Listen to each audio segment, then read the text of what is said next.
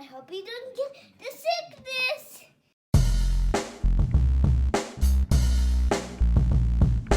My boy Kurt is a stay-at-home dad, watching Disney movies he never had. His daughter digs through all the VHS, crushing the classics in a princess dress. Informed like Scuttle, Kurt's got your ticket, making it real like Jiminy Cricket. Most off the Captain Hook, but if the Tweedle dumb, he'll be taking more shots than Bambi's mom. Leaves him raised like Simba, or cracked like the beast dishes. He'll show you a whole new world, you won't need 3 wishes.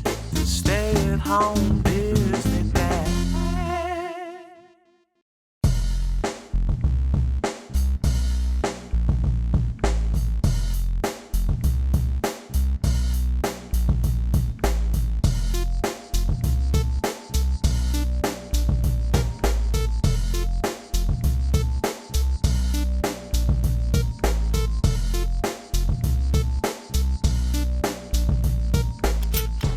1948. All I know about this movie is that it stars the little boy and the little girl from Song of the South, and it's about a lamb who is black.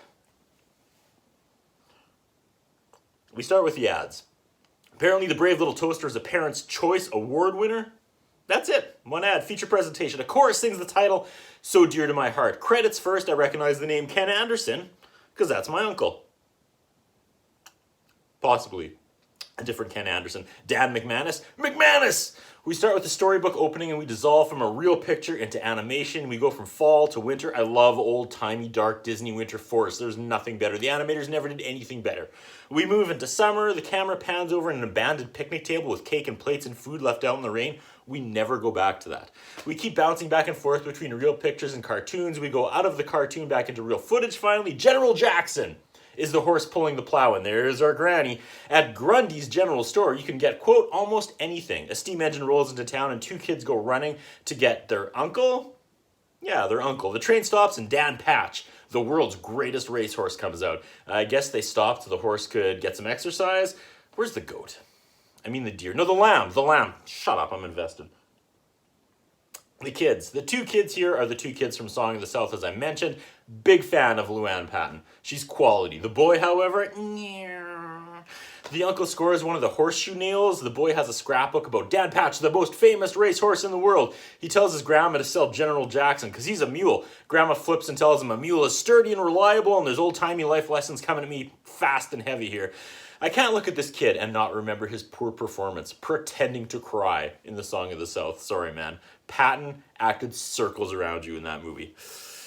Okay, they're waiting for the sheep to have babies, and it does. Jeremiah cuddles one of the jet black baby sheep and says, look, he's not afraid. And Granny goes into a super dark place and says, no one's born afraid.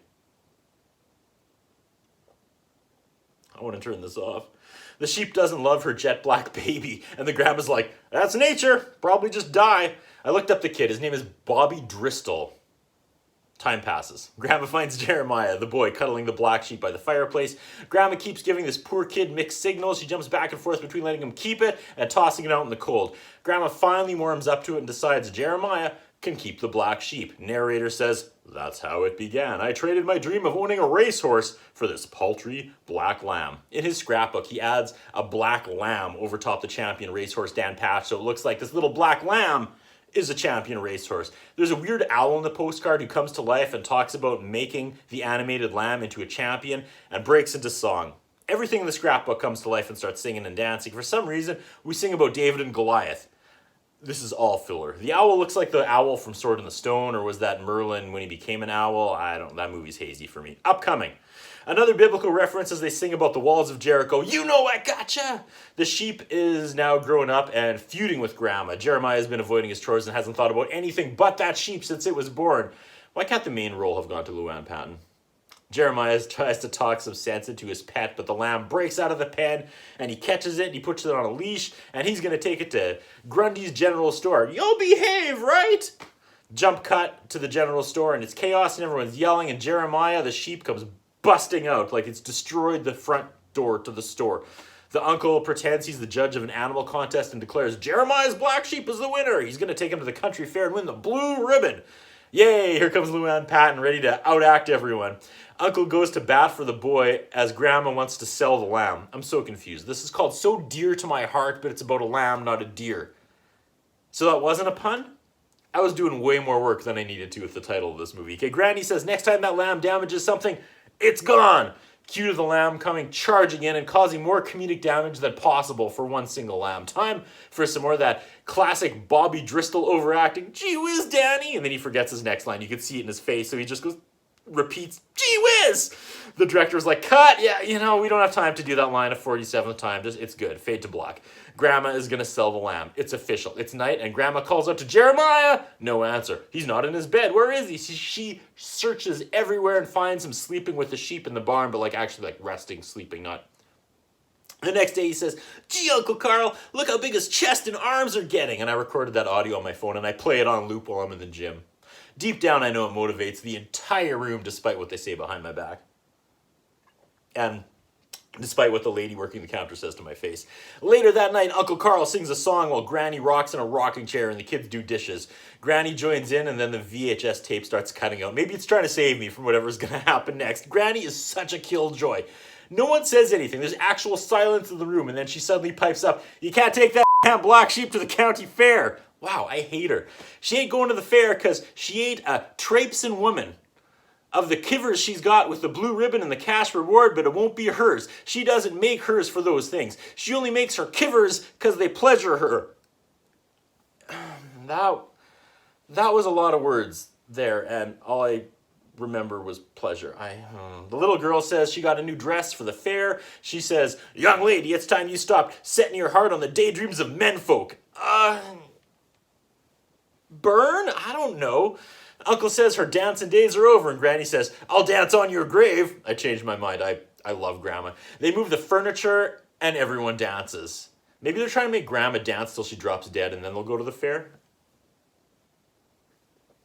I mean, not the worst plan. They all dance until Uncle drops, and then there's this weird perspective shot where he's pointing up at the camera, like your Grandma. It's from her perspective. They talk about the fair again. They ask Grandma, please, but she still says no. The kid is back reading his animated cards. It's always darkest before the dawn, says Two-Face Harvey Dent in The Dark Knight. And the animated owl in So Dear My Heart. The cartoon Black Sheep comes to life and gets out of the book and sings a song about Christopher Columbus, because of course it does. What? Now, I never knew the man, but Columbus has had some controversy in the last decade or so. So just when I was going to say, I'll bet these two kids are happy they got to act in a non-historically controversial movie, here we are. Apparently, Columbus was attacked by a dragon. Again, I didn't know the guy, but I've never heard of that. Next is an animated story about the King of Scotland, and this script comes completely off the tracks at this point. What is happening? What's going on with the lamb? But no, there's a Scottish spider with a red beard and a kilt that Irish dances. I'm not sure who I'm offended for anymore. I will say the animation of these shots or these shorts are just perfect classic Disney animation sweet spot, like the Devil's Part of Fantasia's sweet spot. We bail out of that to Jeremiah walking down the train tracks. I'm just going to lay back and let this happen. Jeremiah talks to the grocer and he says he'll pay him for honey. Jeremiah's excited and runs off. A customer says, you don't care how you waste that boy's time, do you? Grocer's response, what's a time to a boy?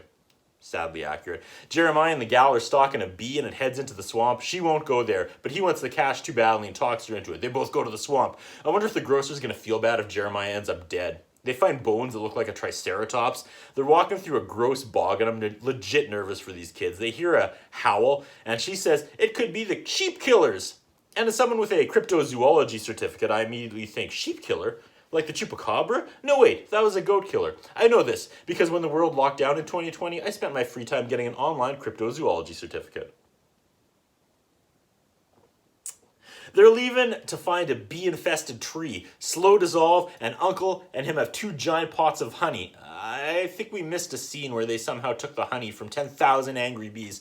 The honey lands them $22 from the grocer. You know, I'm legit getting sucked into the charm of this movie for real. Jeremiah tells the group he's going to take the money and use it to take his sheep to the fair and win a prize. Some bully boy says, the only prize that sheep's going to win is a booby prize. And Jeremiah pushes the bully and he falls butt first into the honey. And the grocer says, that'll be the one he sends to the city.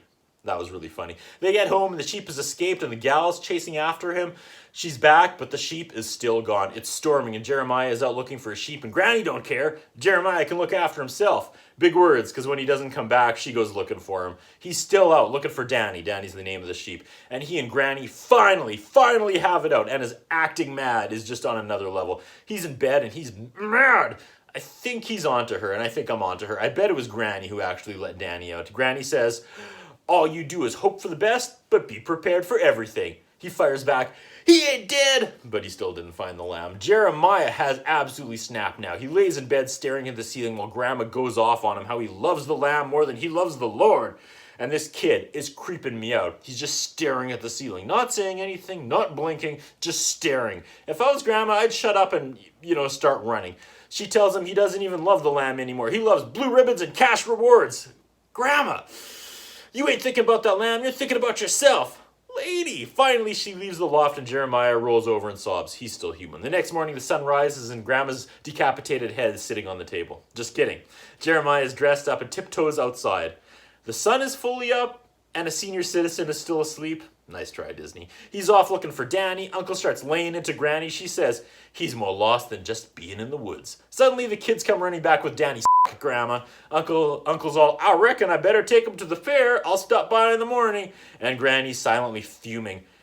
Tildy is the little girl's name, and she comes running back crying, saying, Danny said after all that he's not going to the fair. Something, something. I can't make out what she said after that. It sounded like, he ain't going to the fair because of God.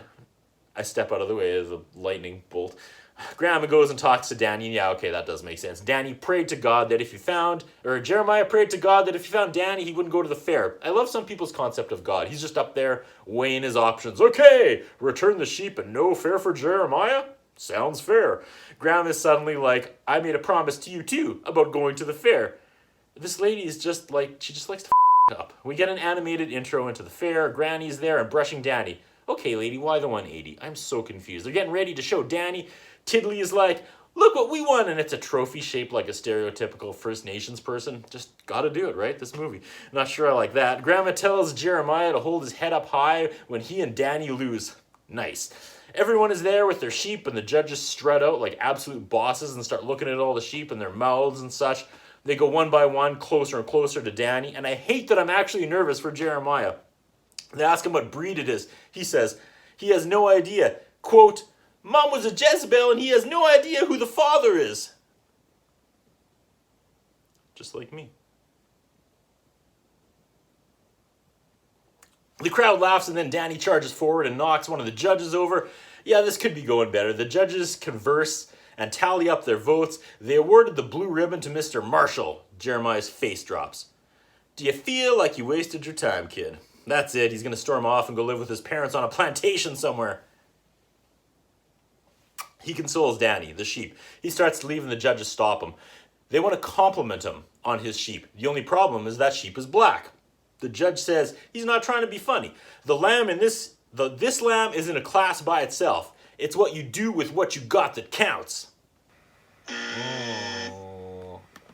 The lamb is a champion in every sense of the word. They unanimously award a special prize of merit that they haven't awarded anyone in 4 years. He gets a ribbon that says, Special award. The train comes back to the little town and Uncle hops off and announces that everyone should move back because they have a lamb that won a special award. The entire town is now rallied behind Jeremiah and Danny. Yay! Storekeeper Grundy has cola and watermelon for everyone, and it's on the house.